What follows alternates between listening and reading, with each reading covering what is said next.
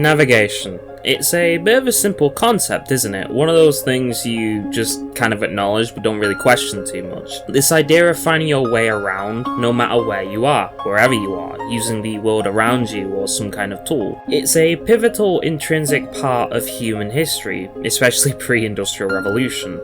Before the days of technology ruling over most of the world, people found their way around the land they walked on through using these stars above as their compass. Ancient cultures and cultures from hundreds if not thousands of years ago utilized the stars or the land around them to find their way, making sense of a world that felt a bit endless, frontiers unknown far ahead. To me, it's absolutely fascinating, this idea that people find a means to process the world around them that's far larger than them, and handling it. It's a testament to the human condition. While we continue to reach past new horizons and break the barriers for what humanity can achieve, the oldest frontier is the one that guides us by starlight. Poetic, really. The fading light of stars is what guides the hands and legs of man towards their desired destination. In 2016, people would find themselves looking to the sky once again in a similar way, this time away from the frontier of the real world, at starlight made from an ensemble of ones and zeros as they looked for clues, chasing a digital ghost within the confines of a little video game you may have heard of, known as Overwatch.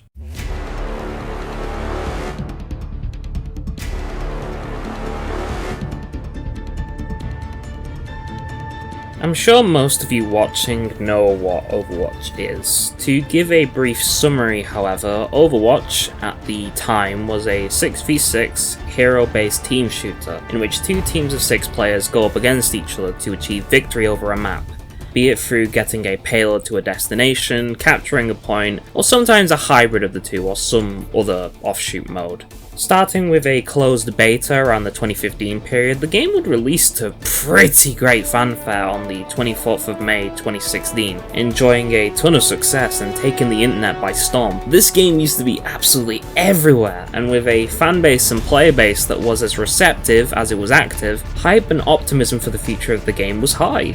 In the midst of that, as new content and an active set of developer updates was on the rise, the community became enraptured in a mystery that would tie itself around the game, hint towards a character. What would follow would be an ARG that led fans across character introductions, trailers for upcoming content, glitched images, unsolvable ciphers, an ASCII skull, an in-universe website for a crime show, a race towards a nuclear outcome. So on, with the culmination of everyone's efforts building to an in-canon hacking spree within the Overwatch lore. In all of that, it gave us clues towards an individual only known as Sombra. As fans searched for more clues and participated in the ARG, the hype led people to question literally everything around them, resulting in fans looking up towards the skies. Once again, humans looked to the stars to navigate themselves towards their objective. This time, the truth behind whatever Sombra was, an elusive video game character, a ghost within the Overwatch universe. And yet, despite all of this, despite the ARG being massive at the time, nobody remembers this ARG anymore. As years have passed, Overwatch as a game continues to exist, but the Sombra ARG and everything it was has since faded into obscurity, forgotten by the masses and even its own player base. But why? What exactly caused this ARG to be forgotten by the masses, despite being massive, big in the gaming press at the time it occurred? Now just relegated to being a footnote in the history of the game. Join me in this video as I turn back the clock to the old days of Overwatch, and look back on the Sombra ARG, detailing its history, the clues people found, the methods people used to solve them, the end of the ARG, and its aftermath. Join me as I detail what happened to this once important ARG and discuss it. Discuss why it ultimately does matter and deserves to be remembered for what it was, instead of languishing in the obscurity that it does nowadays. Get comfortable, sit back, and let's take a deep dive into everything that is the Sombra ARG. Let's take a trip back to 2016 and look at what led to human beings, once more, looking towards the skies for answers in the pursuit of a paper trail.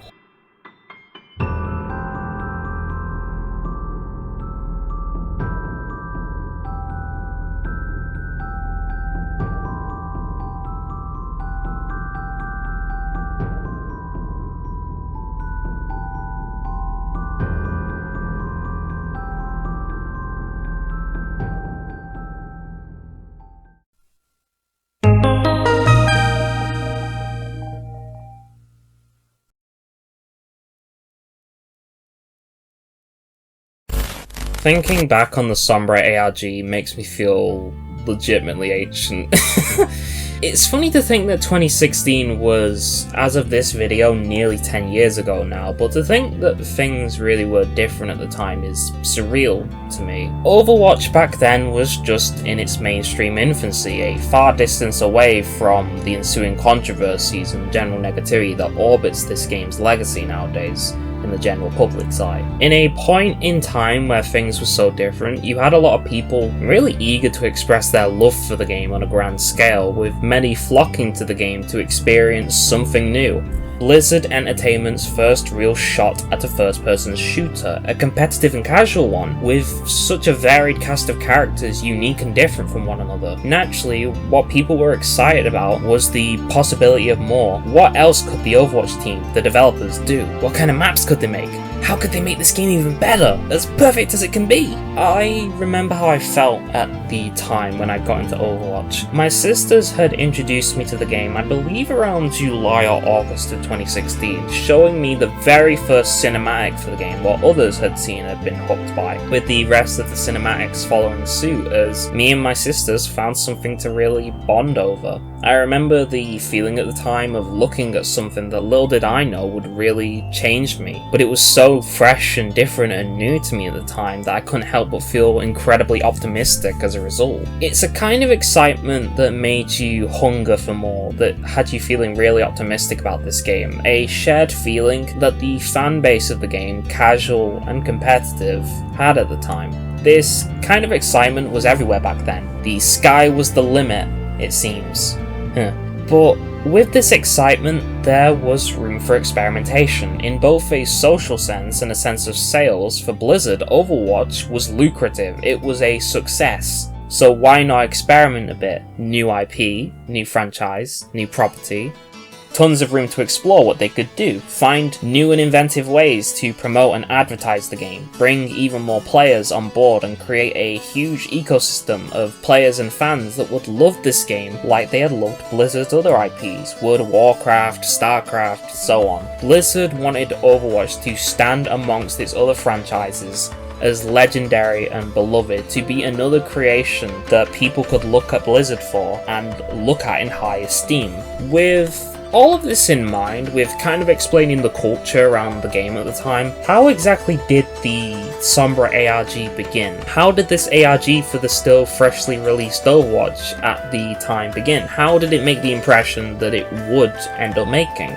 Let's discuss that in depth, starting from when things first kicked off and ending at when the ARG would come to a close. To clarify before I start, I am not knowledgeable when it comes to knowing the kind of programming, cryptographic material within this ARG, but I'll do my best to define what all of these different terms, what all of these clues kind of mean to all of you watching at home. Anyway, enough yapping, let's begin, shall we?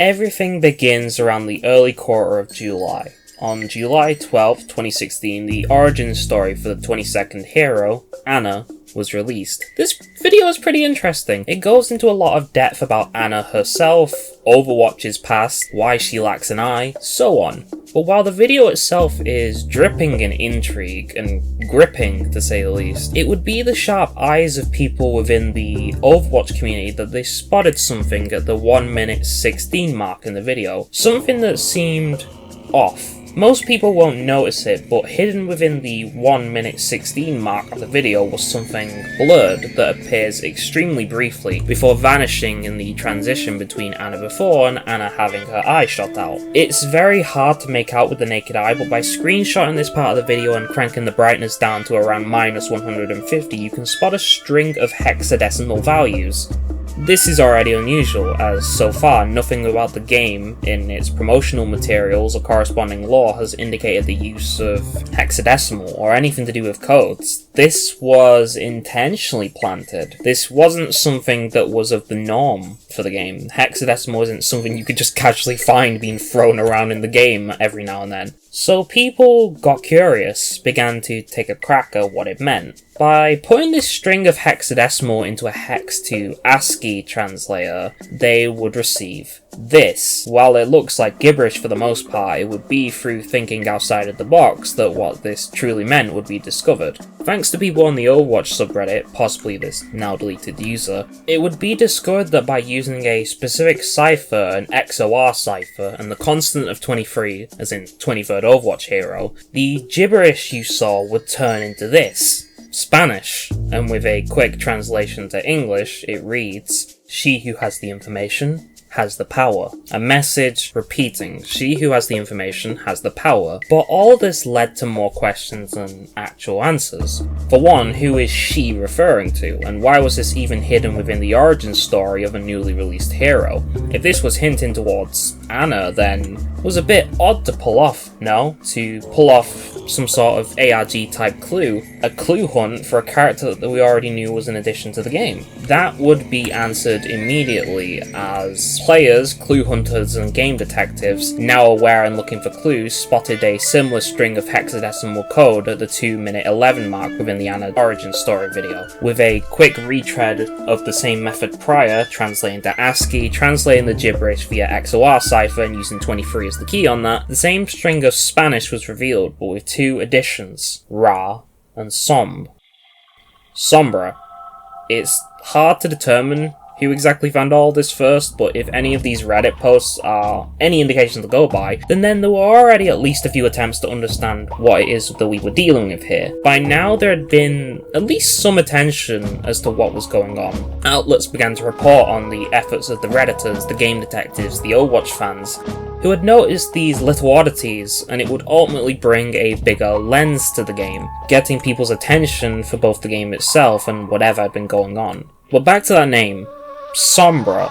But who is Sombra, though? It's easy to assume that this is the origin point of the name within Overwatch's world, the lore, within the public consciousness that is the game's fanbase. But curiously, if videos from the time are to be believed, Sombra as a name has already had a bit of history within the game. According to sources at the time, one of the playable maps, Dorado, held several references to Sombra. A newspaper clipping, a table with a file reading Sombra on it, and within the second half of a map, a computer screen reading Protocolo Sombra, or Sombra Protocol. A single screen in an area full of many, and yet it had gone mostly unnoticed for some time it seems, it being possibly the first mention of Sombra. And if the time frame of this video is to be believed, then at least prior to April, before the game had even released, this had existed. But with added context now, it seems that this was hinting towards something. Sombra wasn't just random window dressing for environmental design in a map. Sombra was something that the game, these new hints, wanted us to know about. The next big clue towards what was going on would be dropped in Anna's development update video on July 19th, 2016. Within the video, Jeff Kaplan, the then head of development for the game at the time, would go into detail about Anna and how she works, what she does, so on, setting another good precedent for how future hero releases would be. Within the 12:25 mark of the video, however, by slowly going through the frames of the video on YouTube by using the comma or full stop to manually skip through frames, observant eyes spotted this. Barcodes. When scanned, these barcodes revealed a ton of hexadecimal that, with the clever know-how of those involved, in what was soon becoming bigger than just a simple clue hunt, was converted into binary code.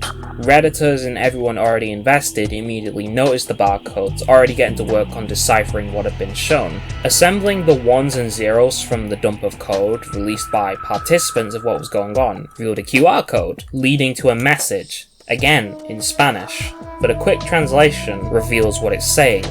Was that easy? Well, now I have your attention, allow me to make things much more difficult.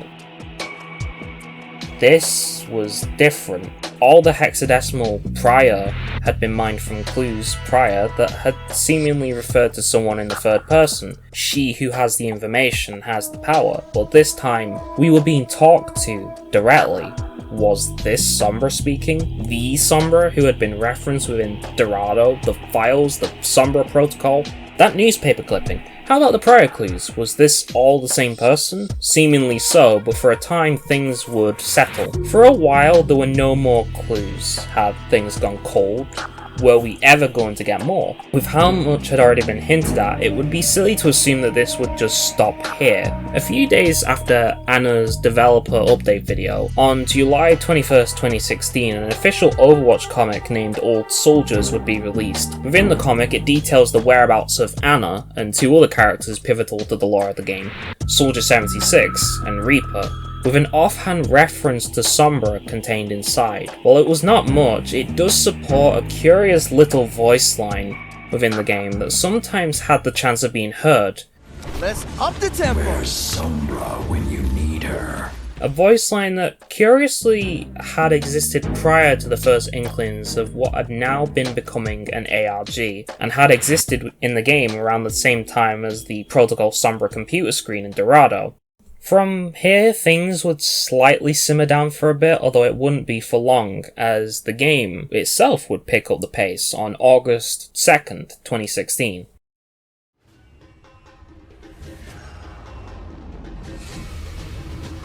The first Summer Games event for Overwatch, a trailer for it. Oh man, what a time. The days when this event was actually incredibly new, when players could celebrate the game and the summer in Overwatch style. A new mode, new skins, emotes, so on for characters. Overwatch players were eating damn good. Fan favourites like Tracer were all geared up for the hot weather. And something else was here too. Take a closer look. Blink and you'll miss it. The hunt was on once again. You're currently looking at the Tracer Trail, the cipher dubbed by the community at the time. Found within the Summer Games trailer, fans and followers of the ARG figured out that the cipher here was in base 64 encryption. With that knowledge in hand, they decrypted it, getting this.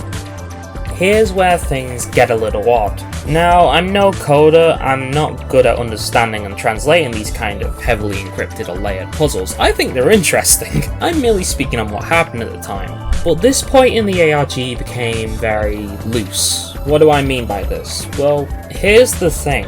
Fans knew what to do next. You'd see the salted underscore part of this. From this, people were able to determine that they'd need to try and decrypt this further. It wasn't a simple case of translating Spanish or finding codes within images per se. They'd need to have specific software, specifically OpenSSL, which is quite old and also has a lot of libraries related to this stuff. So finding whatever this cipher actually meant was akin to trying to find a needle, not in a haystack, but a mountain. Essentially, there's a lot of different types of ciphers out there. People get really creative with this stuff, but the people within the ARG narrowed it down to just the probable two: stream ciphers and block ciphers. Without overwhelming you with information, think of it like this. Stream ciphers specifically encrypt the data that's fed into them, so imagine a locked chest with papers inside that's for that chest only.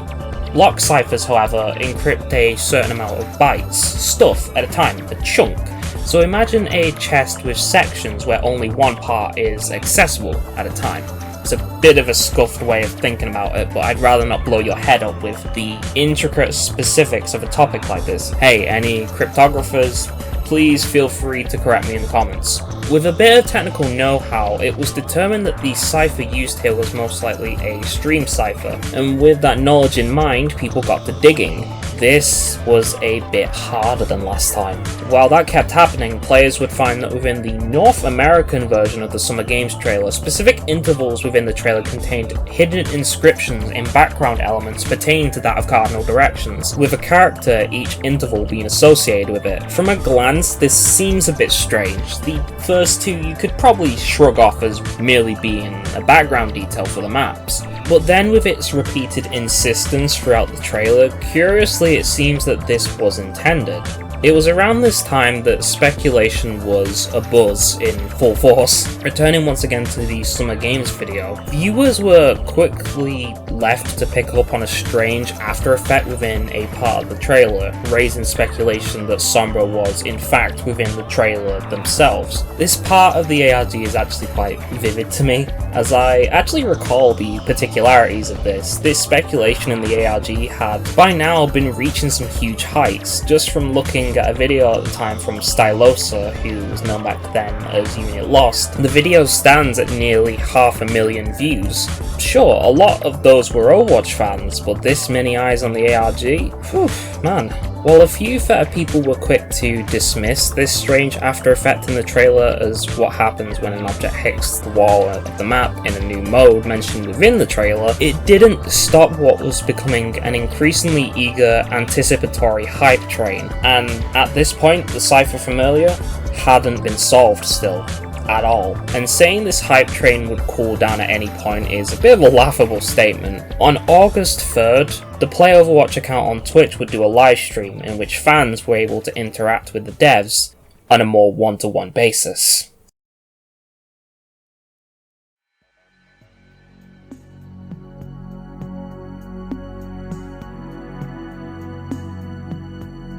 On August 3rd, 2016, the official Overwatch account on Twitch would do a live stream. While the VOD of this stream has, for unknown reasons, been deleted or removed since, and while its YouTube re-upload has since become unavailable, it's unknown just exactly what the live stream contained in total. What is known is that during this live stream, it would only add fuel to the fire that was the hype of the ARG at this time. For some time, the prevailing mystery of the previously mentioned and still unsolved tracer trail had lingered within the minds of the followers of the ARG, with the background clues within the North American version of the Summer Games video, the cardinal directions, only adding more intrigue. The focus on cardinal directions had gotten the attention of people, particularly in the sense that what if these directions here had multiple uses for different clues within the ARG? And it would be in this livestream that Jeff Kaplan and other members of the Overwatch development team at the time would address some of this speculation in a vaguely direct way. I'm being told to ask you guys about the compass. Are you allowed to make any comments on that? The compass. The compass? The compass? That sounds like deep CIA level stuff. Way above our heads. Two things stood out from this response alone. The first was the notion of this sounding akin to CIA level handiwork, which immediately led fans to assume that the compass and the cardinal directions could have some sort of connection to the CIA's coat of arms, with speculation on this point alone amounting to members of the ARG speculating on feasible ways to read and solve what had quickly been becoming the Sky Code to ongoing participants in the ARG. Other possibilities were raised in the stead of this, with other maps like Volskaya Industries getting a good look over in the process too. Hell, it even got to the point where the literal moon within the game was being analysed for any possible potential secrets. Meanwhile, others noted that the whole thing here was reminiscent of Kryptos. The second aspect of this reply that stood out was the notion of it being way above our heads. In a literal sense, fans speculated that this may have been some sort of nod to looking up at the sky for answers, be it either through existing speculation or taking Jeff and the developers' comments literally. Attention was soon raised to a strange anomaly within maps in the game. By looking up at the sky at a certain point, a strange artifact within the skies of most of the maps could be found, mostly blurred, with the exception of Dorado, oddly enough. The same map in which the protocol Sombra clues from earlier on had been initially found. It's unknown as to who the person was that realised the odd nature of Dorado's skybox, the very first eyes that realised that something was a little off. But around the 4th of August 2016, these photos would be uploaded, of which they became noteworthy almost immediately, either by coincidence or spurred on from how specific Dorado had become to the ARG. People began turning their heads towards that map specifically. Elsewhere on the same day, Reddit user Monity looked at the bank vaults within the Dorado map, and theorised that it may in fact be music.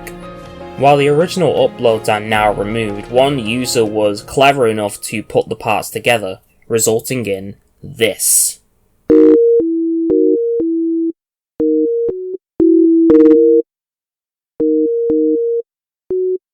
That post may have been the origin point. The idea of assembling parts of the game's world into notes to put into musical form may have originated from here. That post certainly had a lot of speculation about it. Musical cryptography is also a thing that exists, and within the ARG's tendency to lean into specific ciphers, into cryptography, into hidden messages and codes, it doesn't seem that unreasonable to suggest that this may have been a possibility. The tracer trail, that cipher, was still unsolved by the time that this particular part of the ARG had come. The cipher lingered in people's minds. More on that later, but people got very open-minded, looking to anywhere and everywhere for some sort of solution, some sort of lead, a hidden crumb of information as to solving what seemed like the next big part of the ARG. Looking to the sky, one individual saw it for more. Enter Gingerware. Curiously, being the only post related to the Sombra ARG on their account, Gingerware, being quite musically inclined, took the research that had been done into the sky code at the time and utilising it, being influenced from MonoT's suggestion via their own post, they assembled the sky code pattern taken from the Dorado sky texture and assembled it into notes. Musical notes. A lot of the research itself stemmed from this idea of the sky code itself being a polyphon. The resemblance is uncanny, but I'll let Gingerware themselves explain in their own post. So I decided to play around with the sky wheel image, which was located at the following link, and I wanted to see if it could be used like a polyphon to play a song as MonoT suggested. My theory is that if a recognizable song materializes, then the name of it may be the password needed for the following salt. Using the compass and order of appearance to piece together a song based on each character having 16 segments per cardinal direction, with Diva representing the key C.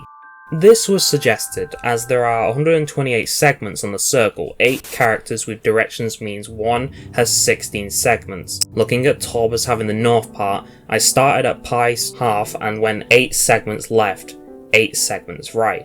Those 16 represent Torb's section and so forth. This image I made explains it nicely. In the order where the directions appeared in the video: Mercy, Torb, Genji, McCree, Sim, Bastion, Winston, Tracer. And now the above inverted, looking at the sky chart. If this is a polyphon, the longer bars will play a lower pitch. In the order where the directions appeared in the video: Mercy, Torb, Genji, McCree, Sim, Bastion, Winston, Tracer. I initially made these in an incorrect order of Tracer, Torb, Winston, Sim, Mercy, Bastion, Genji, McCree. Showing you guys how I got each segment so that you can also replicate it yourself if need be. And here it is slightly better explained, the imager gallery showing everything step by step. I took the map found from this link and went with the idea that ideal logic quoted from another user about it being a polyphon, much like a music box player. I was intrigued by this, so I went ahead and broke the wheel down into 8 visible radius tiers. I then sliced it up into sections of 10 for easier counting purposes. Of note, there are exactly 128 segments along each tier. I then fired up Excel and mapped out each black square accordingly to the tier structure. I figured if this was a polyphon, then each tier represented a music note, like A, B, C, etc. The problem with this, however, is that there are 8 tiers. What I mean by this, in my limited music knowledge, is that notes go from A to G, which equates to 7, so I figured out I would start with C and end with C when mapping it in a sequencer, next step below. I then mapped each square to a sequencer. I wanted to know if an actual song would materialize, because my belief is that if this is a song, then the song name will be the password needed to figure this out. God fucking damn. Honestly, I'm not chuckling because I think that this is silly. I am impressed by this, in all honesty. I think this is fucking cool. To think that this was realized and found from what's really just a single image, that people assume that this might have been the solution to the, at the time, still unsolved cipher from the Tracer Trail. But it's proof that at the time, the community was so determined to find out more about the lore of the world, the lore of Sombra, figure out just apparently what she was planning, that people looked to the sky and saw something there. Something that could have been a clue. In a way, the sky code is Very much the embodiment of the hype at the time, fans finding excitement in the world in a literal way. And that statement rings extremely true. The comments on this post, for example, absolutely are ablaze and abundant with speculation. So many different solutions, so many ideas, so damn much. Sky Code as a part of this still unsolved cipher, it was a genuine possibility. By August 7th, the Sky Code had embedded itself into the very DNA of the ARG, with people speculating on Jeff Kaplan's earlier words about it being over our heads, the idea of the Sky Code being a compass or meaning something. This thread here that you see implies that for the most part, the Sky Code had become a part of the ARG and it was soon to become the principal focus. Although there were those within the community at the time who did question the legitimacy of all of this. Alternatively, it had, in a way, set the precedent for how to go about clue hunting from here, with the possibility of other secret songs existing and being quite tantalizing to people. Meanwhile, the community, fueled by its speculation and the interesting discoveries that kept coming out of this single image, this single anomaly, they were determined to solve it, with many beginning to actually try applying ciphers to it in some shape or fashion, never truly forgetting the tracer trail in all of this. Be it intentionally or not, the community, Gingerware, Monity, everyone, they'd found something within the sky of the game. An attempt to carve the path ahead, surrounded by no answers to a cipher that haunted them with the promise of something more. The idea of something more.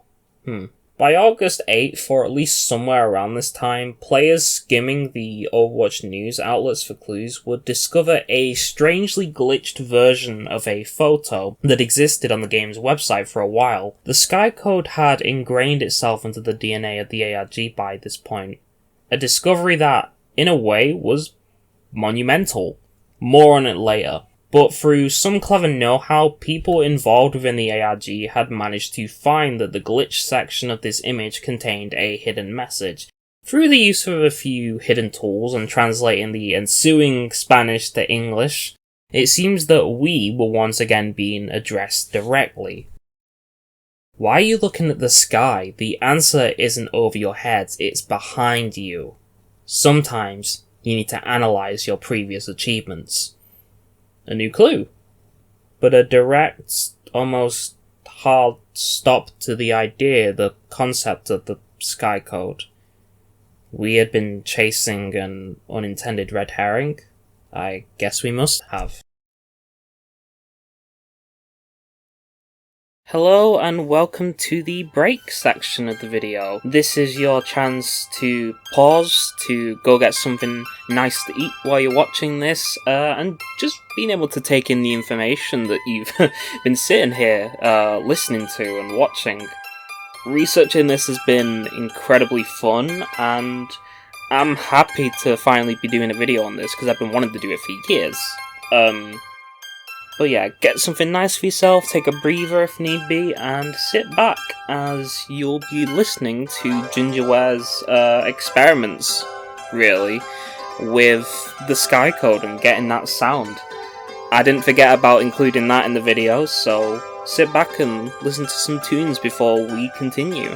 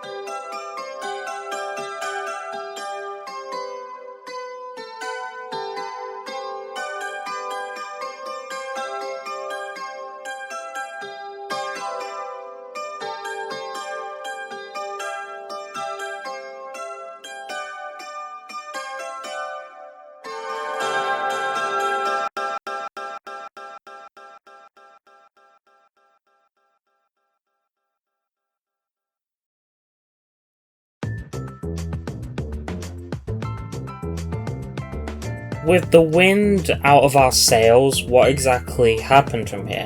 The ARG would continue, with Sombra's direct clue, players looked to the achievements of the game, discovering a single achievement that was particularly out of place. Players would take a look at a hex dump of the image of the achievement, finding this within, which, when translated, damn, not bad. However, I'm getting bored, let's try something new in the same direction. Thanks to research around the time of August 12th, followers of the ARG managed to solve this pretty quickly. This would lead into the next part of the ARG, in which, after players discovered that this string of text was specifically a Visionaire cipher, the previous clue of the cardinal directions and the heroes from the summer games was used as a key. This then led to text, which, with a bit of simple know-how, could be written into the URL bar as an image, leading to an image of the Volskaya Industries map. Datamoshed. Familiar? No. It would ultimately lead to this, an ASCII skull. Sombra herself was staring at us, it seems. And a question. Simple. Translate. It seems you like these little games. Why don't we play a real one? This particular sentence arose some speculation about specifics, with many believing this to be referring to the then upcoming Gamescom conference. Would something be revealed there? Alternatively, there was speculation about this being a meta-narrative clue referring to Overwatch itself as the game, Sombra, breaking the fourth wall. It wasn't that out of the picture if you consider that players of the ARG were in real time talking to a character within the game itself taking place in the far distant future. Traditional Mexican games, specifically noted because Sombra herself seemed to be either Mexican or tied to Dorado itself, which is again in Mexico in the Overwatch universe, or references to the still unsolved Tracer Trail cipher were considered and speculated on as well. Things would pick up on the 23rd of August with a post to the Overwatch forums from a user named Skycoder.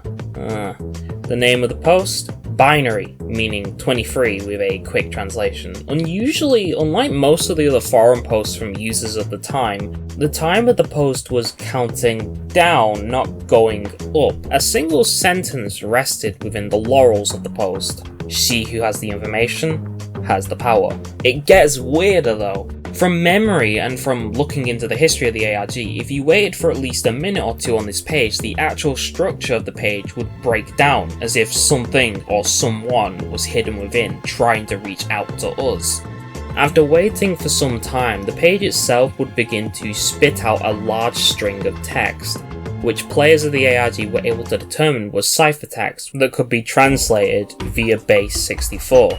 And with a bit of decoding, another ASCII skull, a motif of the ARG, but why? The following would be a rapid mad dash towards looking within the skulls. Did these have secrets? Such speculation proved true, as players of the ARG got to work fast, stripping each ASCII skull of text space. The bytes of each skull that weren't equal to 0 were extracted from both via a special script, assumedly from someone following the ARG. This then led to a string of text which then got discovered to be a Caesar cipher, then shifting that string forward 23 places, 23 as in 23rd Overwatch hero, resulted in a translated message that then resulted within a message in Spanish. Translated? I promised you a game. I believe you game detectives would call it a trailhead. This would lead directly back to interacting with Blizzard-related websites in the form of an MP4 of what seems to be some kind of medical report for a character named Janina Kowalska, or Anna as we know her as, an alias. Curiously, by opening the video in Windows Video Player and looking into the description, a message lay ahead for the ARG's players, again in Spanish. Translated to English: you seem to be very interested in these heroes, maybe interested to know some details that I found out about them. Here's where it gets really crazy, however. The video itself contains a heartbeat monitor and a series of 26 lines above it. By using the lines above that video, assigning letters to it, and the heartbeat monitor line as a marker for which letter to use by using the exact pings of the monitor to determine that, players were able to determine that there was something here a message within the video.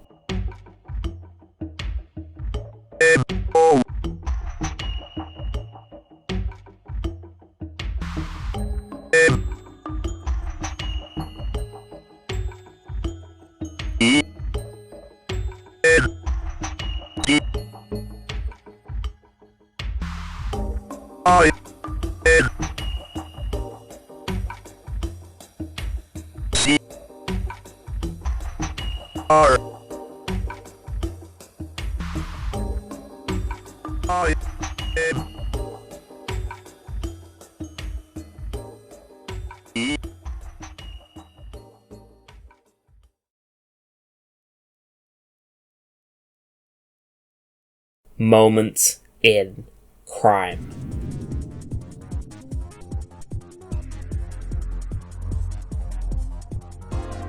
Now, to make sense of what I am about to say, it's best to give you some context. What is a moment in crime? Within the Overwatch universe, a moment in crime is essentially a TV show that tends to cover criminals and crime and ongoing cases. Specific to the game, it's a crumb of lore for the characters of Junkrat and Roadhog, an Australian and a New Zealander who made a name for themselves by robbing, looting, pillaging, and stealing from various locations across the globe.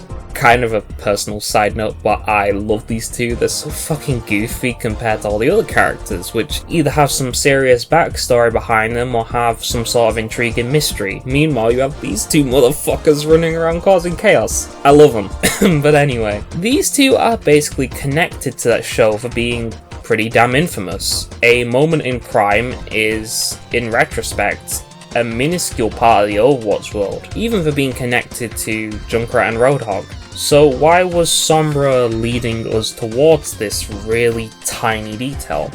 Figuring out when a moment in crime got looked into is strange. It seems that from the time, very few details on the first instance of documentation seem to have survived the test of time. I'll talk more on the communities that have been following this ARG, like the Overwatch ARG subreddit, r/Overwatch, the Discords, etc. later, but for now I'll put a pin in it. The moment in crime page would for a time display the message that lingers on the Game Detective site to this day in its section about it. Meanwhile, players noticed that by trying to contact the email of a moment in crime, it spat out an automated response. Thank you for contacting a moment in crime's anonymous crime line. We have analysed your submission and forwarded the information to the relevant parties. Your help could be vital in apprehending these criminals and bringing them to justice. These fugitives are responsible for a string of robberies, arson, and other crimes stretching from Sydney to Kings Row. Authorities believe they have set their sights on crossing the Atlantic to America. Most of this discusses the aforementioned Junkrat and Roadhog robberies, but the middle is the most interesting. Taking that, assembling the numbers in this format, AA, BB, CC, AA for school, BB for row, CC for column, organising it into a matrix of 5x5, then using the result of that key for the text underneath the table of numbers in the same email, revealed an important string, which could then be translated to Sombra information is power, Sombra. While for now this remained a bit of an odd result, it would be handy later. Hey, remember the Skycoder post? The one counting down instead of up? Once it reached 0 after 23 hours, the moment in crime site changed around the time of August 24th, 2016. A new countdown. Establishing connection. Sombra Protocol version 1.9 initiated, transmitting information to active Omnics, 3%. Ending connection. Across the remainder of August, this counter would keep ticking up, and past August as well. There had been some serious math done around this time. On August 25th, Reddit user NaomiNYX had some really damn clever math done about the uploading rate of the ARG from here, with their observations being quite accurate.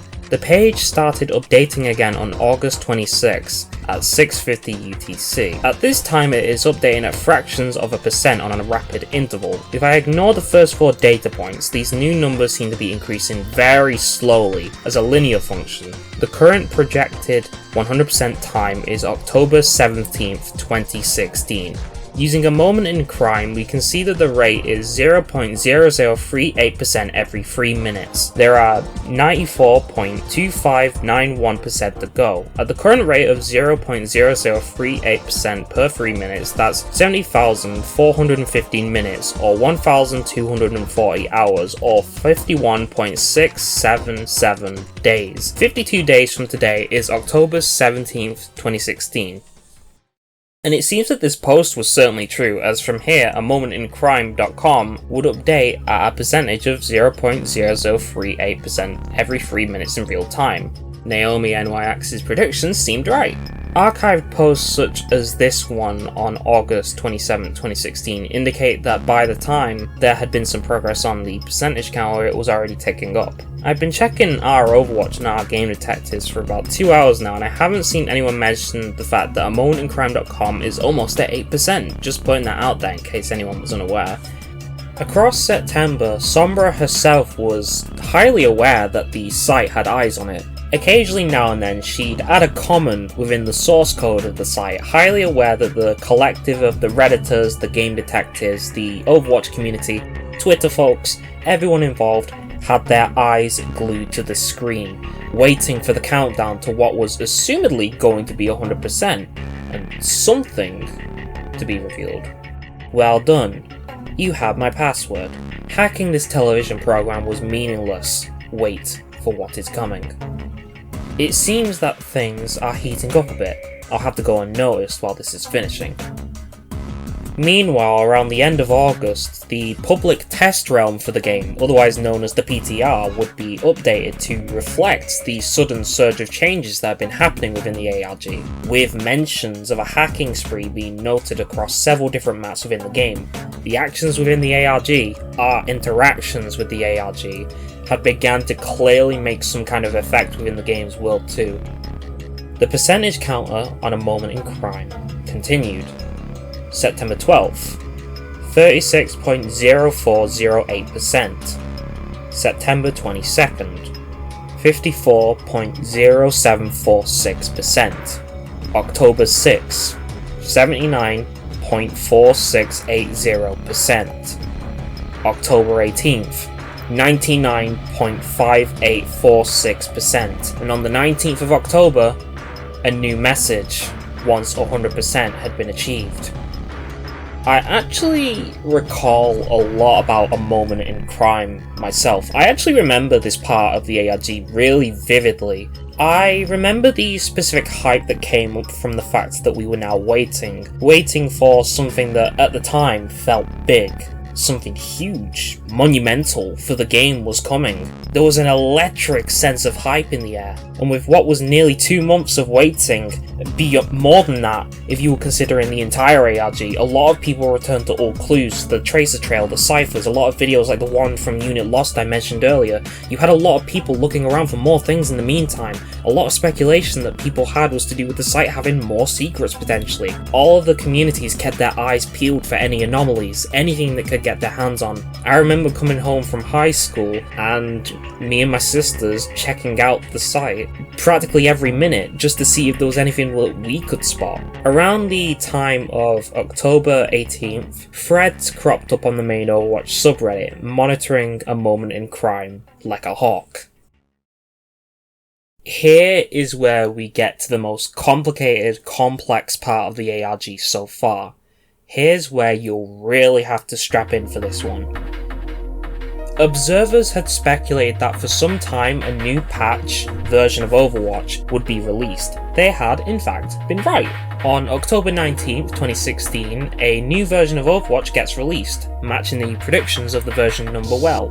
Things seemed fairly simple on the surface, but players soon realised that there was a specific interaction on Dorado in the second half of the map at the Lumerico building that was of major note. By selecting the hero known as Bastion while playing the game, going over to the monitors reading protocol Sombra causes Bastion to start emitting Morse code. Attackers incoming in 30 seconds.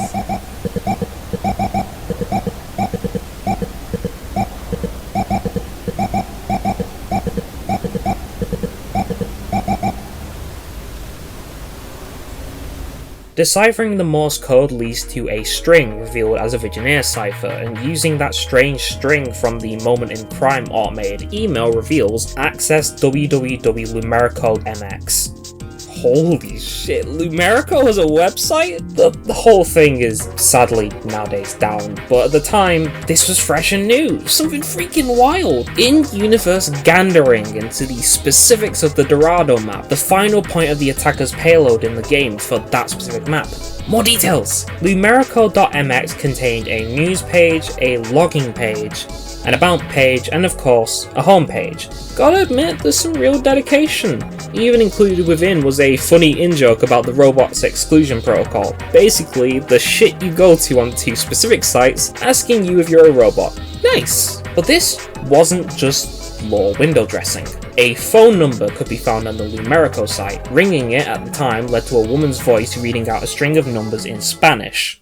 Gracias por llamar al soporte técnico de Numérico. Por favor, seleccione una de las siguientes opciones. 5, 2, 4, 1, 3.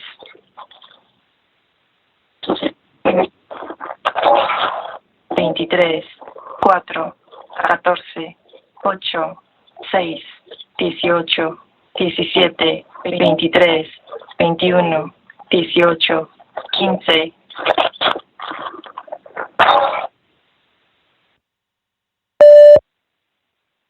Assigning the numbers to the letters of the alphabet, the second part of the message decoded to WDNHFRQWURO. Decoded via a ROT23 cipher, it reads, "Take control." With a bit of URL know-how, putting this into this link here revealed a hidden page within the Lumerico website similar to the Moment in Crime site from not long ago, revealing this, which turns out was a message that could be solved with a column order transposition cipher with the key 52413, and here was the result.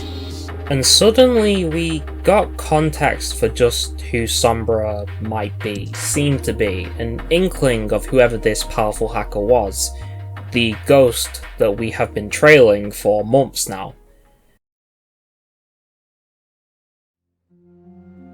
I'm congratulating you for getting in here. I only wanted to know if you were ready or not. Hey, it's really difficult to get good help lately. You should see some of the clowns I'm working with. For now, let's continue with the true challenge. Taking down Lumerico Corp President Guillermo Portero. Why? Because he's a greedy and corrupt man and an abominable thief. His plan of bringing in line the most powerful and biggest ziggurats the 1st of November was nothing more than a deceit. An elaborate plan by his gang to become even more influential in the people of Mexico and get more money. And who's gonna pay for that? Common people, the ones that are always forgotten. I've started upgrading my protocol so that they use to take down the Lumerico Corp infrastructure, and Los Muertos are also trying to go against the corruption. Meanwhile, search the Lumerico Corp site for info we can use against the bastard, or better, get his username and password, so that hundreds not so favourable facts about the president start popping up. I was able to get the username and pass of a Lumerico Corp employee. Start here. G. Flores. Whoa, the heat was rising. This time we weren't decoding stuff, we were engaging in this world truly. We were doing fucking activism, basically. We were fighting with Sombra. The login could be applied to the aforementioned logging page, leading to an account belonging to Gonzalo Flores, and his emails too. The ensuring rat race to the call to action led to a complex dig into the account of the president of Lumerico, with players and clever figureheads in the ARG actively making tools to get into the man's account. This shit was nuts at the time. This was world building in of itself, and Sombra herself seemed damn impressed with us so far. I see you've been able to infiltrate into his mail. Don't worry, he cannot see this email. I've hidden it from his site if he connects from one of his known IP addresses. I need a bit of time to establish the next set of protocols. Stay alert, early next week. I'll throw some dirty laundry in his emails that can accidentally leak to the public. We'll see how the media will get to react to that. October 28th, 2016, the president of Lumerico's emails, his dirty laundry, his dirty laundering, does get leaked in universe. The moment has come. These emails expose the truth about Portero, initiated the revolt, and have people convinced of Mexico to support our cause. Now is the time to strike. Convert his precious inauguration on November 1st to a large movement against it. I need you to do one thing. Get access to the email security chief, and seek some form of help in the attack. You may see her contacting Portero soon. I've changed her password. The last stretch of this ARG at the time was big. I know I keep saying that, but trust me. Players kept digging, kept on the hunt, kept digging into Lumerico, essentially joining forces with Sombra to take the president of the Lumerico company down. Through complex digging and a lot of know-how and collective groupthink, people were able to get access to the Lumerico reactor, oh shit, and a terminal that would remain fairly inactive until November 1st, 2016. When the terminal became active, typing help into it revealed a list of commands: override, help, version, about, grep. Utilizing the password to the account that Sombra provided to us, digging into the account's email with text highlighting on revealed the strange instance of the word ter. Through community know-how, this was quickly revealed to be useful within a Linux command: about, grep, ter. Inputting this Linux command into the console revealed new text: open source lightweight shell for any terminal, anything with a terminal, 1.1.0, expanded terminal support, which immediately became of interest as each start of the sentences here was highlighted in the familiar shade of purple that Sombra had begun to be associated with. Putting all these together created Open Anything 1.1.0, which became useful once players dug deeper into their new toys, the commands that they had been graciously given. Returning to the previous commands, one of them of interest was override. Inputting this revealed 3 security questions: favorite movie, favorite cookie flavor, and secret. Through lore know-how, and especially if you were a big Overwatch fan at the time, these were quickly solved, the answers being Some Like It Bot, Nuevas Seba Delicias, and Open Anything 1.1.0. Through answering these correctly, players were given more commands: els, cat, exec. Trying els revealed 2 files, payload and d_ilqh_nhb.html. Putting the former into the cat commands to read file by path produced an ASCII string that repeated, creating the shape of a key. By now, the players of this ARG were so used to the implementation of ciphers into these steps towards finding out more, so this was just quickly determined as an affine cipher, producing the message: some keys are shaped as locks, index, bracket, me, bracket. Ominous. But the intent behind this message soon became clear, as by entering exec payload, they were presented with a prompt, and by putting the tracer trail in, success. Now, from here, a message would be received by the players of the ARG if they undertook these steps correctly, but let's hold off on that for a moment. At this point, with internally tampering with Lumerico and its reactor, a counter at the top of the page would gradually increase. Did we need to raise this to a certain level? Did we need to overload the Lumerico reactor? It was unclear, but as it became known that this seemed to be the penultimate step towards the ARG's end, people rushed over to the site. I remember the atmosphere of the time, a collective thousands of many ready to attack Lumerico in universe and figure out the truth behind the whole thing, the whole ARG. The atmosphere was electric. You had thousands of people everywhere, YouTube, Reddit, elsewhere pretty much, coming to the Lumerico website, doing all the steps that we had gone through, including everything I'd just said, and going at the website as much as possible, pretty much trying to break it in the process. The PTO has... Mec, on est que toi et t'y What is vas. going on, guys? Temperature's still rising. Mec, Temperature's still at 61.7. The game itself is updating. What? For me it is, I don't know. And in the process of that, Sombra would give us one final message. Good job, friends. I would not have done it without your help. Anyway, I got the resources needed for my next hit. You'll love it. Expect to hear from me in the coming days. I'm gonna send something to thank you. Hopefully, you can use it. Das Vidania, friends. And funnily enough, not too long after, we would get a spray in the PC version of the game. Ultimately, players would, in an amusing twist, use the unsolved tracer trail, that cipher, at the very end, and with the collective help of everyone involved, well, damn, shit happened. Translate in the Spanish, as is habit by now, establishing connection, Sombra Protocol version 2.3 initiated, forwarding the data from the numerical ziggurat to the target, deciphering the target passwords, access granted to the directory of volskayaindustries.com. Boop. Ending connection. Holy shit. We had reached the end of the ARG. November 1st, the ARG concluded. At least this side of it. We had gotten a ton of lore dumping here. We had gotten story. We had a seeming motive for whoever Sombra was, what her angle was, what she was after, clearly. And she had essentially been testing us all this time, enlisting our help to take down a genuinely corrupt force. We had waited so long. Everyone had.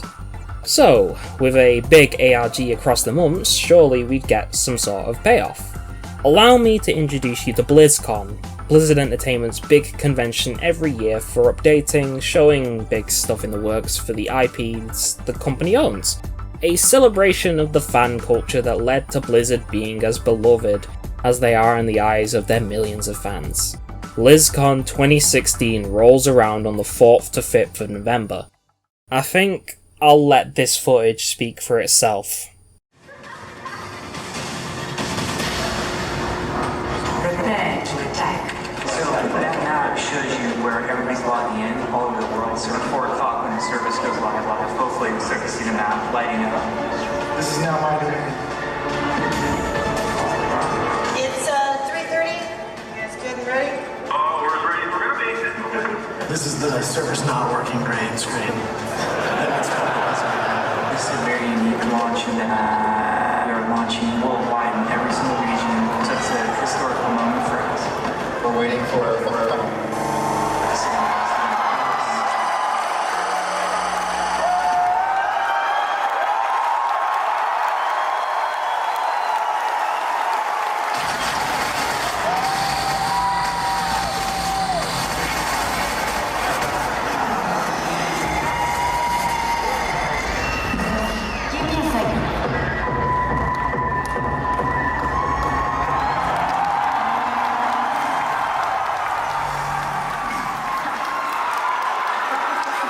the most advanced security system on the planet. We don't have all day. Hurry up. Enough. Do you have satellite? Of course. Holy shit, Sombra was revealed! The payoff was massive! But something didn't exactly feel right.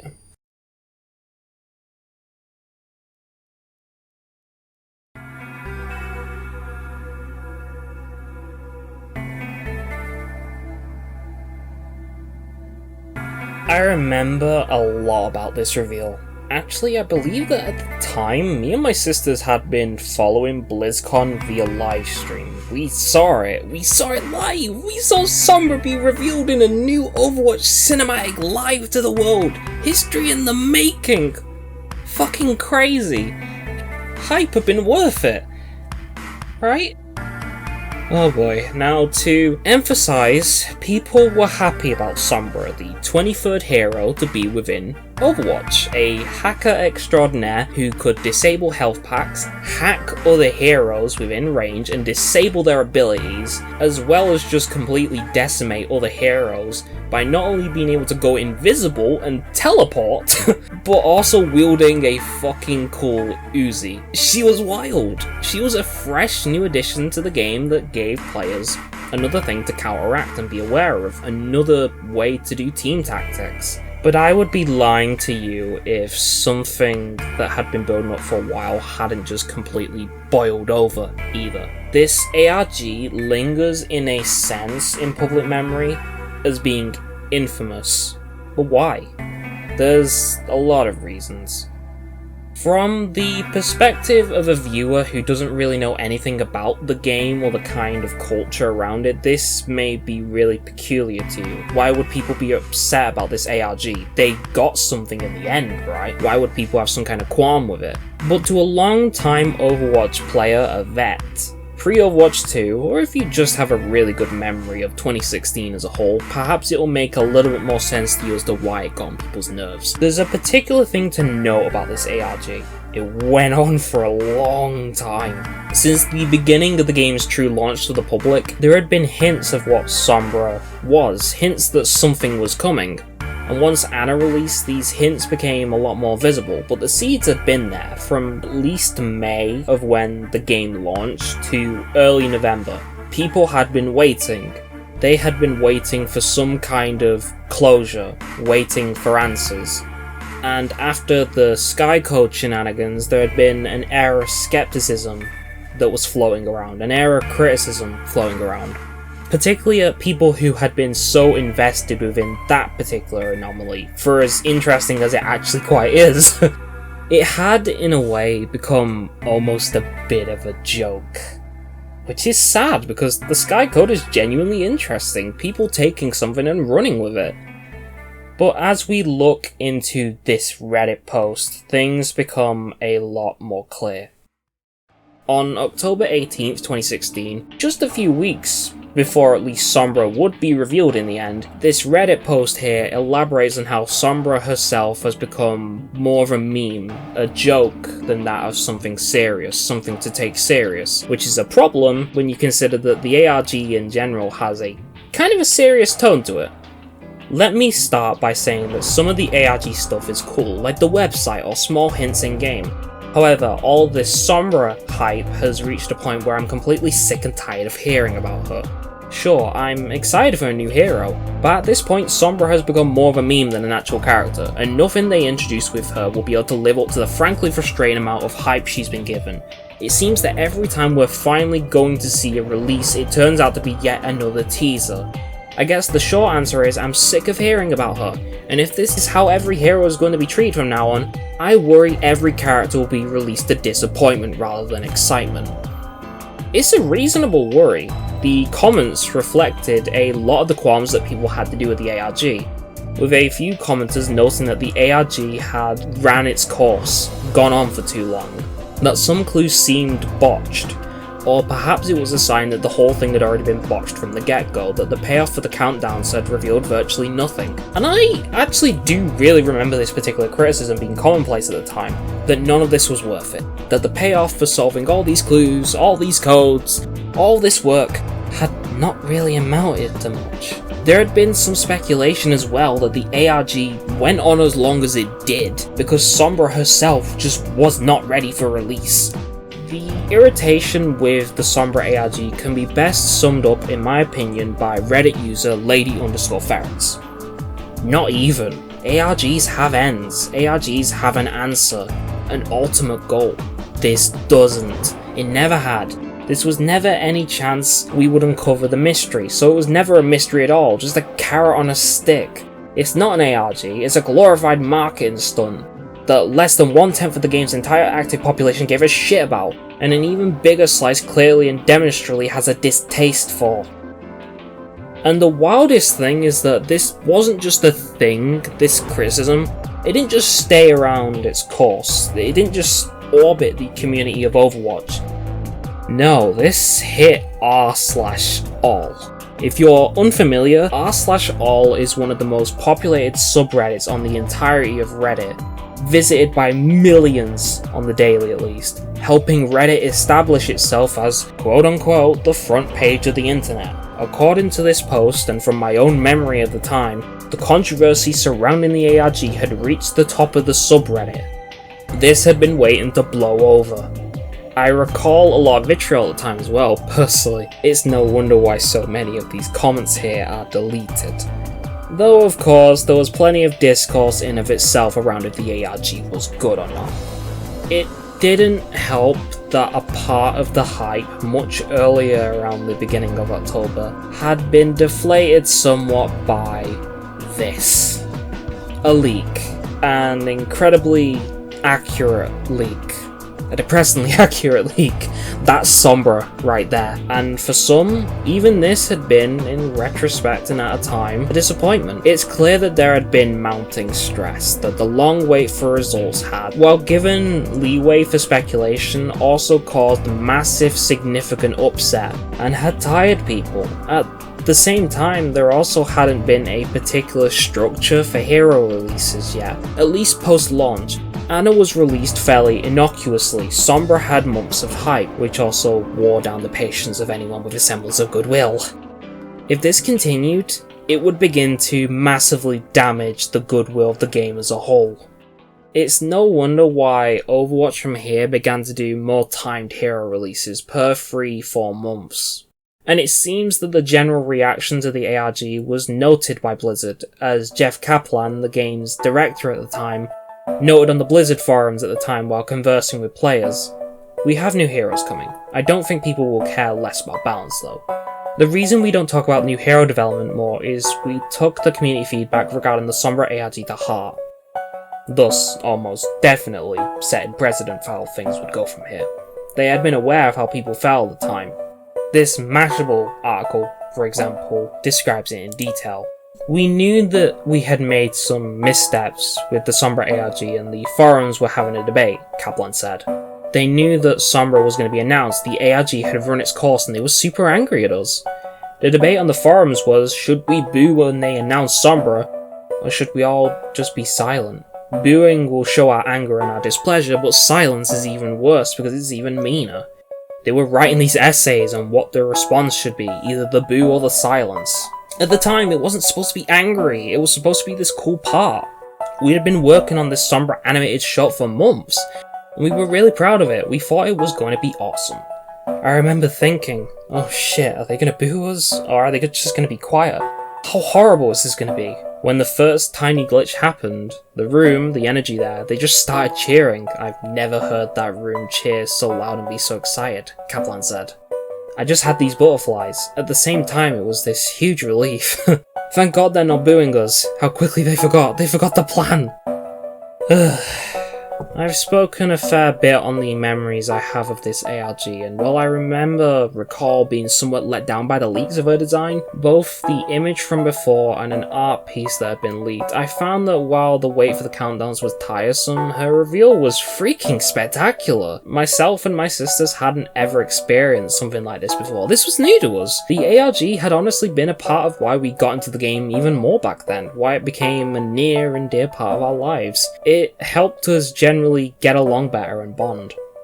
Despite how frustrated people became at the end of the ARG, despite the fact that complaints about the whole thing got to the top of Reddit, despite the fact that it became so publicised that the end of the ARG had been extremely haphazard, people still came back to the game. Despite how frustrated people were, they returned to the game in droves, especially after Sombra's reveal.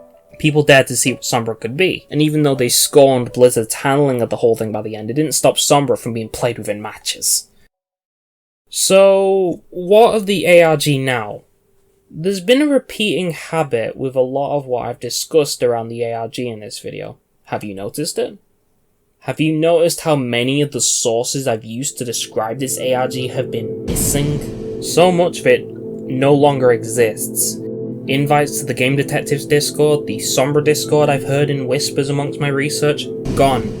How about the stream in which Jeff Kaplan, director of the game at the time, a beloved figure amongst the Overwatch community? How about the stream in which he mentioned things being over the devs' heads, the source of the words that ultimately resulted within the Sky Code? Gone. Completely gone. I dug around, I asked the main Overwatch subreddit, I searched archive.org. I looked back into the Twitch and YouTube accounts of the official Overwatch howlers. Guess what? That stream is gone. Still gone. Oh, and r/Overwatch _ARG, the subreddit that I remember visiting back in the days of the ARG before the end. where a lot of the research and speculation was gained. Banned. Gone. Gone because it was quote-unquote unmoderated, but no archives, usable archives, of any of these seem to exist. Ironic for an ARG where everything given to the people for solving it was required to be logged down and documented. Even Blizzard doesn't seem to have made an effort to actually archive any of the parts of the ARG it hosted, sans a few that are still up due to being connected to other events like Anna's story, or the Summer Games trailers from years ago. Blizzard perhaps listening to the frustration of people, or perhaps trying to sweep things under the rug and ensure that the public documentation of frustration like this didn't ever happen again, seems to have abandoned its part in the ARG entirely. It's easy to say that the fanbase for the game has been negligent in its part of archiving the ARG. Why should it be their responsibility to maintain the history of something they were designed to just be players of? I know that's a very easy cop-out to make when archiving pages on the Wayback Machine and general internet archives isn't that hard. But when a multi-million-dollar company isn't doing that to begin with, I think it's telling. Be it because of the backlash and Blizzard wanting to move past this format for releasing characters in the future, to me it almost feels like both the game's fanbase and Blizzard themselves have buried the memory of what happened here, at the cost of its existence only really surviving on a few wikis. But to me, the Sombra ARG is perhaps the first sign of a much more chronic habit that continues mostly to this day within Overwatch as a game and its presence online.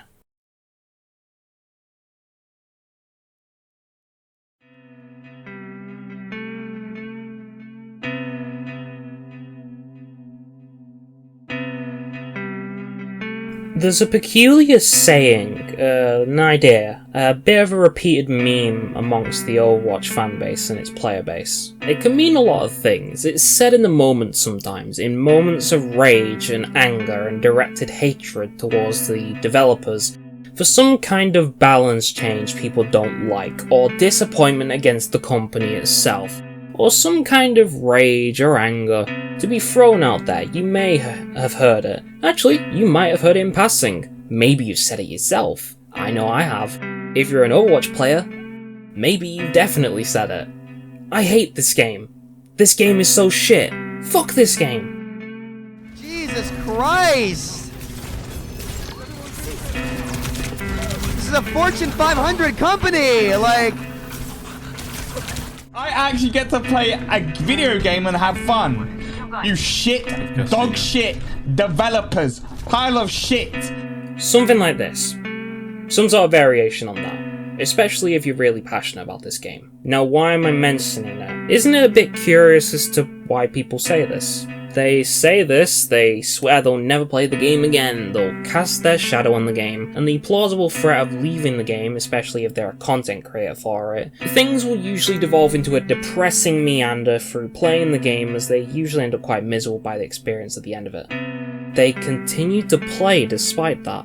They boot up the game every day. Despite all of these comments, despite all of it, they keep playing. And the fanbase of this game shares this sentiment, this kind of behaviour. Why? Doesn't this seem unhealthy? In the midst to understand this odd sentiment of love and hate for the game a little better, I actually reached out to a streamer I used to moderate their chat for, Unsalted Salt. This guy, for the record, is absolutely hilarious, and I don't just say this because I moderated his Twitch chat for a few years. This guy is genuinely hilarious, and he kept a lot of people laughing and cheering during the dreary pandemic years. Chalk it up to bias, I don't really care. I have a lot of respect for this guy for keeping people going during that incredibly depressing era of the 2020s. Fucking Igor who comes back from after playing Valorant, like... My ego, time to play Overwatch even though it's been 3 years. I can't wait to throw everyone's game. Like, character, on. Support is the broken rule! No, it's not! Yes, it is! There's like 2 broken characters! You're crazy! Oh, yeah, wait. I thought I was gonna slide on the wall. I thought I was gonna slide on the wall. I thought I was gonna slide on the wall, bro. Like... So I asked him directly about this weird kind of behaviour, this weird habit. Yeah, everyone hates it because they love the game and they want it to be good. It's just in a terrible place right now, and it's not what it was.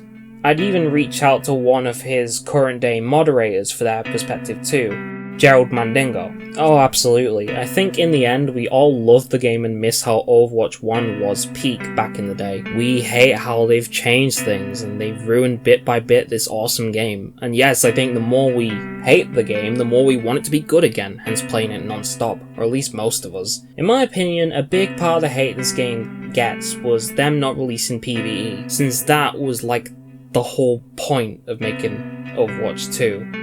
With this in mind, and just thinking on this point a bit, my point specifically is that the love for this game is offset by the people that hate it, by the hate people have towards it, both influencing the other like some weird cyclical Ouroboros of emotions.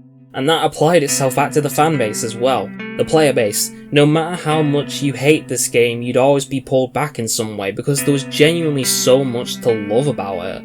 It's absolutely rich map and mode design, the genuine fun of all these heroes being so individually unique and being able to counter one another, and the possibility of team play. The team play and the tactics and the skills and the tech and all these heroes and becoming a master of it all. Even the lore which pulled people in during its closed beta stages. Like, look at these characters. We had a granny sniper, a robot who experienced enlightenment and is literally a monk, a man who's literally an angry wraith of cloud, a big German crusader who wields a big-ass hammer, a Brazilian who's a musician who uses his music to fight, a gamer girl turned mech fighter for the Korean government fighting giant kaiju robots. Like, fucking hell! There was so damn much to lore about this game. And at the root of it all, that's what people considered as being the pull for the game, other than the genuinely engaging gameplay and world that was just waiting to be explored and seen. No matter how upset people got with this game or said that they hated it, or no matter how upset people continue to be with this game, they continue to play or engage because a part of them knows just how much they want this game to be absolutely amazing, that they want to love this game for its positives. They want to see this amazing story, a possible amazing story, be tapped into and brought out for the world to see. It's a weird, toxic cycle, an Ouroboros of emotions trapping people in this game's orbit, but understandable in a sense. There's a particular quote that, in my opinion, describes this whole thing so well. Never accept the world as it appears to be. Dare to see it for what it could be. The quote itself comes from one of the early cinematics, in which the character that we know as Winston in the game is told this saying by the guy who raised him within the lore, also called Winston, Dr. Harold Winston to be precise.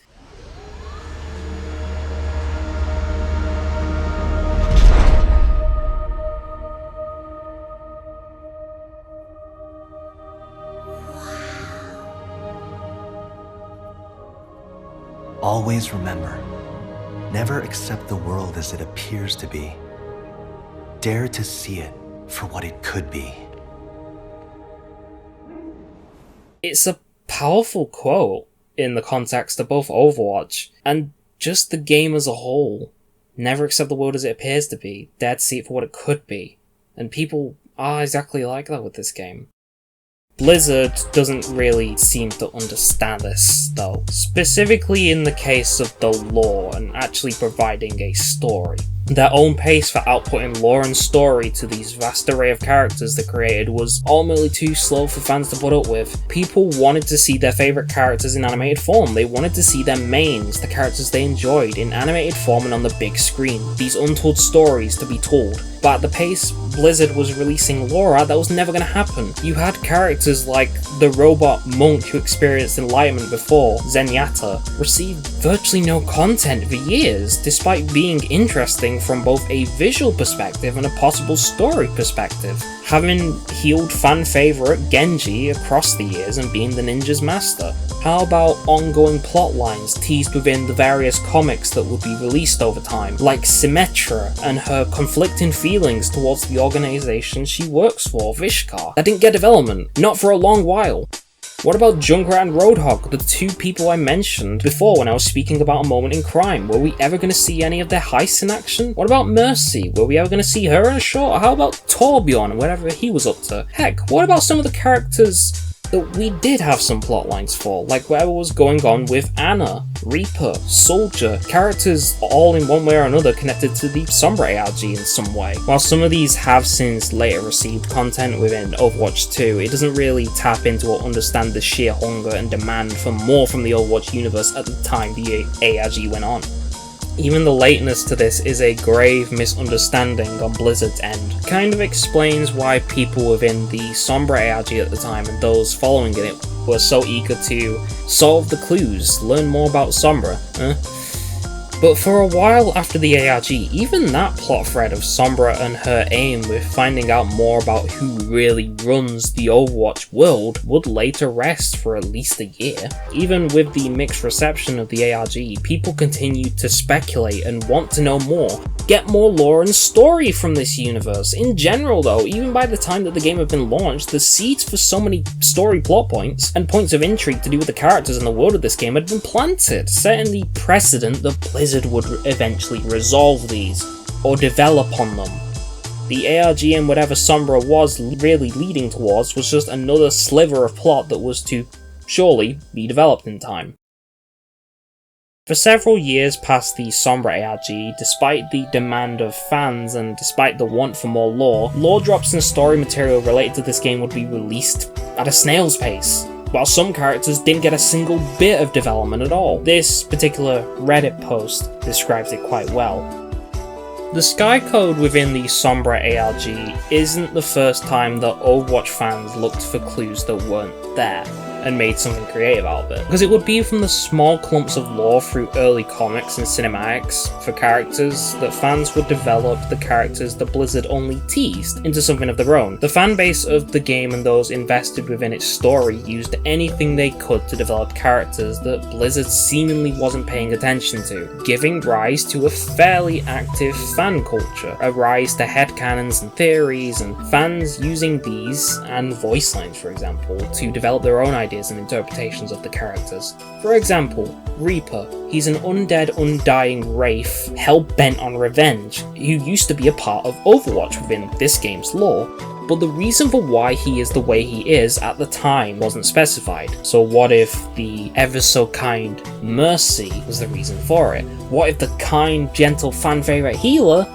had turned Reaper into the monster that he was? Fans developed this idea from voice lines that existed within the game, and contextual clues within the comics, developing a possible fairly valid theory at the time that gave rise to these two characters getting development on the end of the fans. How about something lighter like Soldier 76, the big soldier, strong archetype going around as a vigilante, being portrayed like a casual dad, a father figure, within the Overwatch fandom. Blizzard did notice this and added an amusing voice line for the character. Even Diva, at the time, the gamer girl that was a mech fighter, that got a lot of fan love and was a fan favourite as well. What if we just reinterpreted her as a little gremlin that eats Doritos and drinks Mountain Dew? Stupid shit like that, but shit that meant a lot to people. Or perhaps these interactions, these tiny shreds of lore, could be fuel for shipping purposes. This would certainly be the case with two characters, McCree, now known as Cassidy, and Hanzo. The two characters are fascinating, a vigilante cowboy who used to be a part of Overwatch within the lore of the game, and a man who had to murder his own brother as a part of his clan. The two had never met within the game's lore, the canon, and Blizzard seemingly had no interest in exploring that kind of possibility either. Two characters from completely different continents, sides of the world, and yet, with stuff like this... Attack commences in 30 seconds. You know, that sake's not half bad, but I prefer a little bite to my liquor. How predictable. Such an unsophisticated taste. From this, that fans, taking these small breadcrumbs of lore and extrapolating them to art stories, headcanons and more, that the Overwatch fandom would see the creation of such works like that of Hang the Fool. Created by Alma Duell, Hang the Fool was a fanfiction revolving around the ship of McHanzo, McCree, not known as Cassidy, and Hanzo. While stuff like Hang the Fool is fairly commonplace in shipping culture and fandom culture, and while fandom is mostly known for taking characters that haven't met, in a sense, and mashing them together to create something interesting, this fic was something else. Hang the Fool was fucking massive at the time, receiving fan art and mass attention from the Overwatch fandom, for better or for worse, some praising the genuinely great writing quality, and others bringing attention to its issues concerning depicting characters of specific ethnicities correctly. People were so into this fic that they were split on it, with people defending the fic and people absolutely despising it. This fic was big enough that it received its own fan art and ingrained itself into the memories of the Overwatch fandom, especially the shipping side, with the upload on Archive of Our Own receiving 500,000 hits, which is a staggering amount for a written text, especially a fanfiction. And all of this came from voice lines and people making something out of what Blizzard was providing. Nothing, or barely little of it. People made something out of very little. They dared to see what Overwatch could be when Blizzard seemingly had their own plan, deciding to fill the deficit of story and development of the plot that Blizzard created, fueling themselves in the meantime, thinking beyond Blizzard's way of doing things. Doesn't this sound a bit familiar to you? This idea of fans running with things that they spotted within the game, getting creative with it, and turning it into something absolutely fascinating as a result. People being so invested within the lore of this game, specifically Sombra in this case, when we're referring to the ARG, that they made something up from what was essentially nothing, from clues and aspects that just happened to be within each other's orbit, creating something that was far more memorable than what Blizzard was doing, just like the fanbase with basically the entire lore of this game for a few years. Maybe I'm speculating a bit here, but in a way, by looking to the stars and finding the sky code, fans broke away from the intended path and speculated on their own, so engrossed within the hype and the paper trail and chasing Ghost of Sombra as a concept and as a potential character that they let themselves be engrossed within fan speculation and what could be, daring to see what could have existed and immersing themselves within the game, creating their own clues and getting really creative in the process. For a moment, they eclipsed whatever Blizzard had intended, yet when it turned out to be a red herring, when Blizzard had to kind of yank people back on track, it demotivated people as a result, in my opinion. It kicked people in the, metaphorical balls, almost punishing them for being so speculative, with a lot of people laughing at the Sky Code back then and even now for its ridiculousness, for fans daring to see what could be, following the very sentiment that Overwatch as a whole ran off of from its earliest days. The long countdown not long after, be it intended or not, almost felt like a punishment. It's not too surprising that people got a bit frustrated. And then the rest of the ARG happened, and in the end, all the Sky Code amounted to was an emote within the game that barely anyone remembers or cares about now. Even the rest of the ARG, like I've said before, has been lost to time, fallen into the cracks of the internet, with significant parts of it just missing. Fans developed their love for the ARG further, created something out of nothing, and got punished for it. In a way, you can even say that this isn't the only time this has happened either. Sometime around early 2017, comments were made by the senior designer of lore and story for the game, Michael Chu, decanonizing and lessening the canonicity of the interactions between heroes within the game.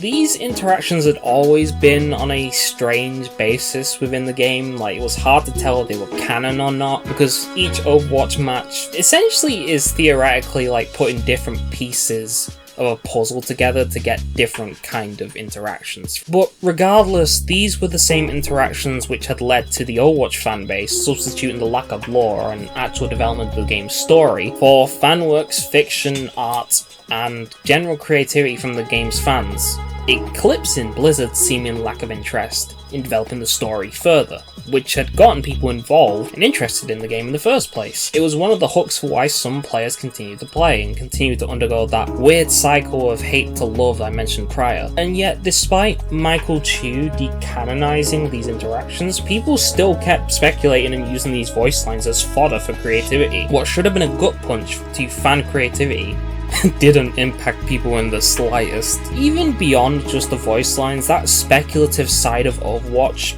that was in both the ARG and the lore theorizing, and fans really putting their all into loving these characters for the game, it never really went away, with their attention being pulled similarly in 2019 to the Paris map within the game. Not only was it a map that you could connect to Widowmaker, one of the most popular Overwatch characters, but stylistically it's just a gorgeous map with a lot of detail put into it. But what got people's brains ticking was the existence of a strange offshoot door that stood out, a strange offshoot door with something seemingly behind it, and fans speculated, was this another ARG? Was this hinting towards another hero? Nothing came of it, ultimately. But the point being here is that the speculative ARG-centric side of the fanbase that also developed the game's lore in their own way when Blizzard basically refused to, at a quick pace, it never truly went away, daring to dream what could be within the game, and be it intentionally or not, getting somewhat punished for thinking so outwardly. I've been harping on about this sentiment of being punished for thinking outside of the box. It would actually get worse with what happened a year after the ARG.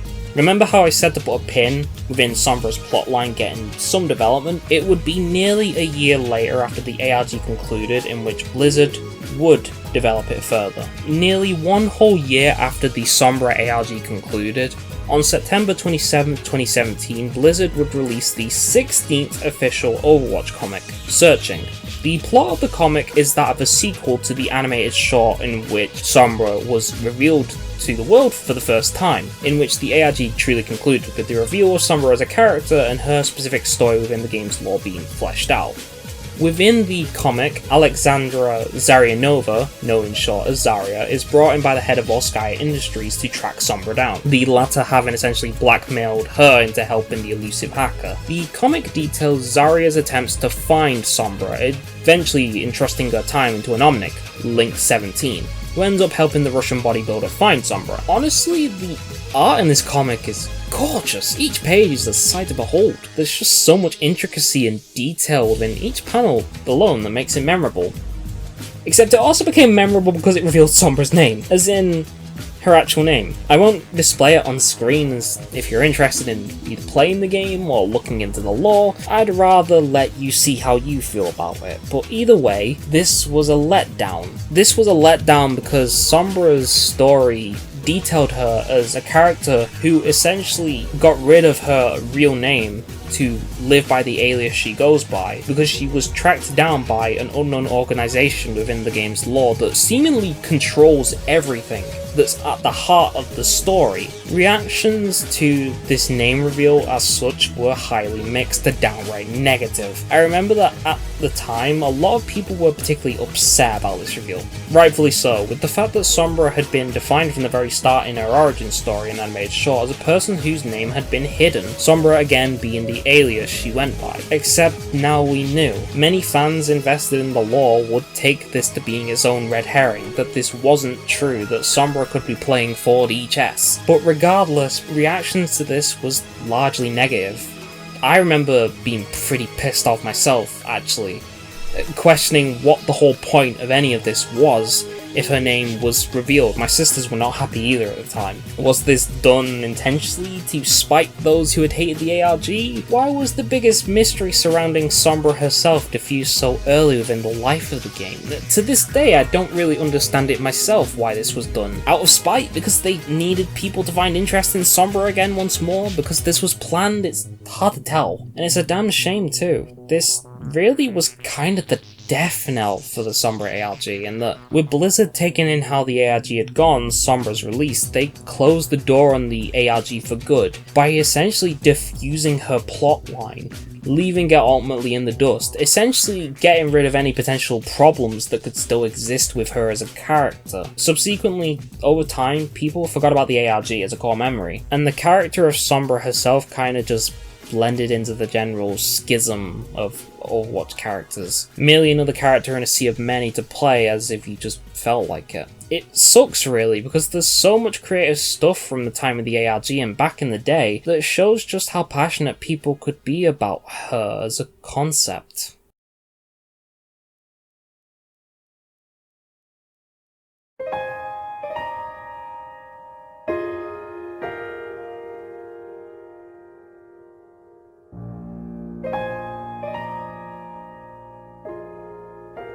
I want to clarify something. The fanbase of this game, both its game-orientated and character-orientated sides, the player base and the fanbase, competitive, casual, don't have an entirely negative relationship with the developers and Blizzard. In fact, a few times, multiple times across the years, fans and players of the game were on the same side at times, and a lot of genuine fun came from that. Just the way that the fans would interact with the developers and Blizzard. But as the game would age, and as the pandemic happened, and with the announcement of Overwatch 2 and that game's own promises, Overwatch as a game languished, and fans would keep themselves busy, making content and more, and sustaining themselves in the meantime, while the game itself decayed. The Sombra ARG is a genuinely interesting experiment. It was an experiment in which Blizzard decided to create an alternate reality game to lead people into the next release of an Overwatch hero, getting people immersed in the world more so.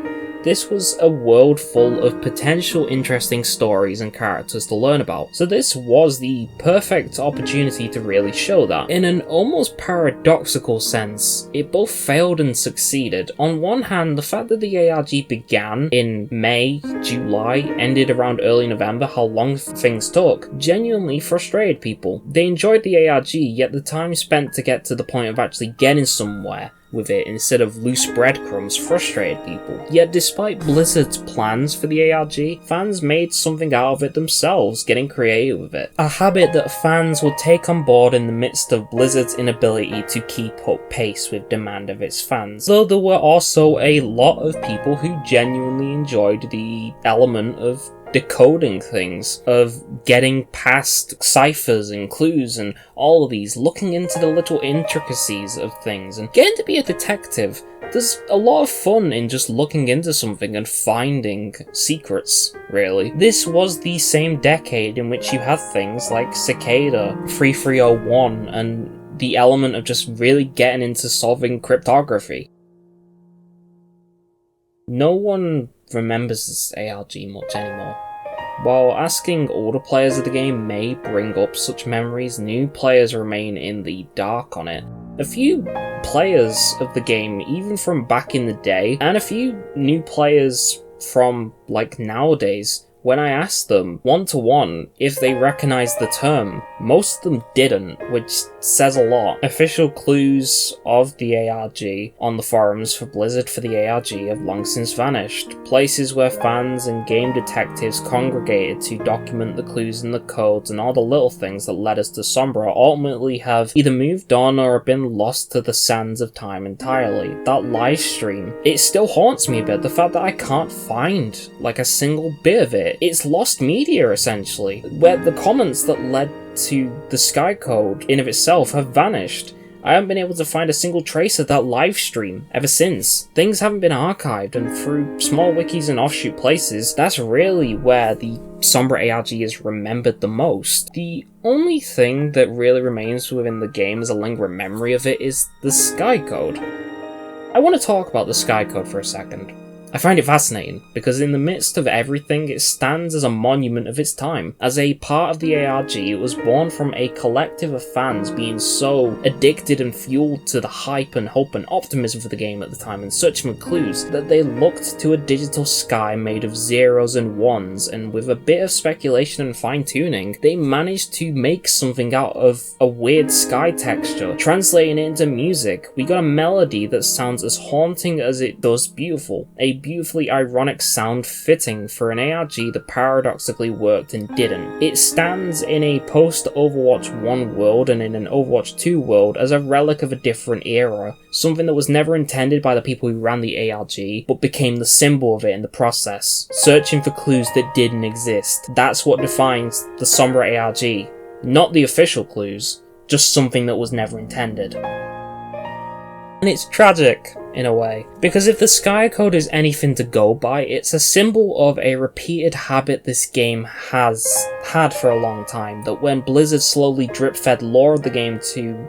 hungry fans, fans took the breadcrumbs of what they were given and used it to create some genuinely beautiful and amazing work, eclipsing Blizzard's slow output of lore and story in a game that had pulled people in through that in the first place. And in this case, fans took the words of the developers literally in terms of the Sky Code and genuinely made something special out of it. Interesting out of an ARG that had planted plot points a year after its end would end up getting ruined by some of those plot points revolving around Sombra herself. The Sky Code stands as a bit of a monument, but also a tragic reminder of the fact that in the wake of Blizzard's inability to not understand how hungry their fans were for content and wanting to love this game more while they played it, fans fueled themselves on the hype of the ARG, the promise of more, the potential what could be there, and got shat on for it. And no amount of lore and story development to the game nowadays will ever make up for that, in my opinion.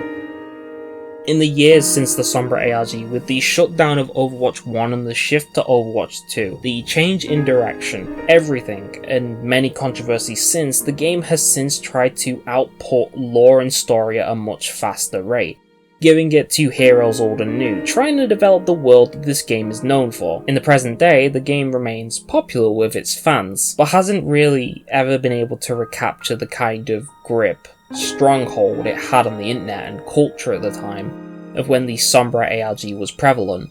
A lot of faith in the game and Blizzard themselves has been lost over the years for several reasons, ranging from how aggressively monetized Overwatch 2 is, how content such as the story mode, the PvE mode, the missions that were planned for this game, which pulled people into the whole point of Overwatch 2, were cancelled, essentially scamming fans out of the thing that they had been promised for years. And then the practices of the company itself, and with each passing controversy, the care for this game in the public eye has diminished and whittled away. And it's sad, really, because with how far this game has fallen from good graces, there's such a beautifully rich and vibrant world waiting to be explored and appreciated for what it is, at the cost of being made by a company that too many years too late didn't understand that this is what people wanted. This hits a particular note for me. As a player of this game once, I played between 2016 to 2022, eventually deciding to quit in the latter year. My sisters, they got me into this game, the whole thing being a bonding experience, while circumstances in our lives changed around us constantly. We saw the rise and fall of this game, how the Sombra ARG occurred, the blossoming of this game's fanbase, that cycle that I keep mentioning, that love-hate cycle. In the 2019 to 2022 era, we saw how Blizzard declined as a company, embroiling itself more and more in controversy while Overwatch 2 was cannibalized, slowly became less of what it promised, betraying the expectation of fans. We were there at the end of Overwatch 1 and at the start of 2, and in that point I quit. I made this video primarily to just archive not only my own memories that I have of simpler times of the days when Overwatch was, well, not perfect, was just stupidly simple and fun, but also for an ARG that's just been kind of whittled away and lost to time. When people looked to a digital sky and made music out of it, because they loved this game so dearly, they wanted to desperately believe in clues that weren't there. When they did this, and the fanbase did this for the lore, because Blizzard didn't know how to keep up with the demand of fans who wanted to believe that hard, I think it's kind of telling. With all of this in mind, I think it's worth cherishing one particular thing. The creativity of this game's fans, because when the game itself doesn't understand how to cherish that, when Blizzard certainly doesn't, I think that things like the Sky Code, like the Sombra ARG in general, should be cherished more. May it rest and stand resting as a relic of a different time, but I hope that in time, it gets a little bit more appreciation of what it tried to do, despite how much it failed and pissed people off. In spite of the love and hate cycle that the players of this game undertake when they play the game or observe it from afar, they continue to be creative regardless of Blizzard's influence. Fanart, memes, video compilations, streamers like Unsalted Salt for example, many people, not even just Salt, who elevate this game and create some genuine fun content out of it, make people smile when shit is hitting the fan in the real world. people who take the world and the characters this game beholds and make something of their own out of it, seeing Overwatch for what they want it to be and eclipsing and overshadowing Blizzard's slow-ass pace. They see it for how they want to see it. Even when another inevitable controversy happens and vitriol faces Blizzard and the game, you'll find genuinely passionate people who make art of, say, the latest hero, or make a meme, enjoy things on their own accord without Blizzard manhandling them. The memory of the Sky Code for players old and new is ingrained within the players and the fans to always look beyond how something is and react accordingly, and create. Never accept the world as it appears to be, dare to see it for what it could be. Overwatch fans and players see the game that way, and in spite of everything, in spite of the controversies, in spite of Blizzard's mishandling of this game, they see it that way. And I think that's genuinely beautiful.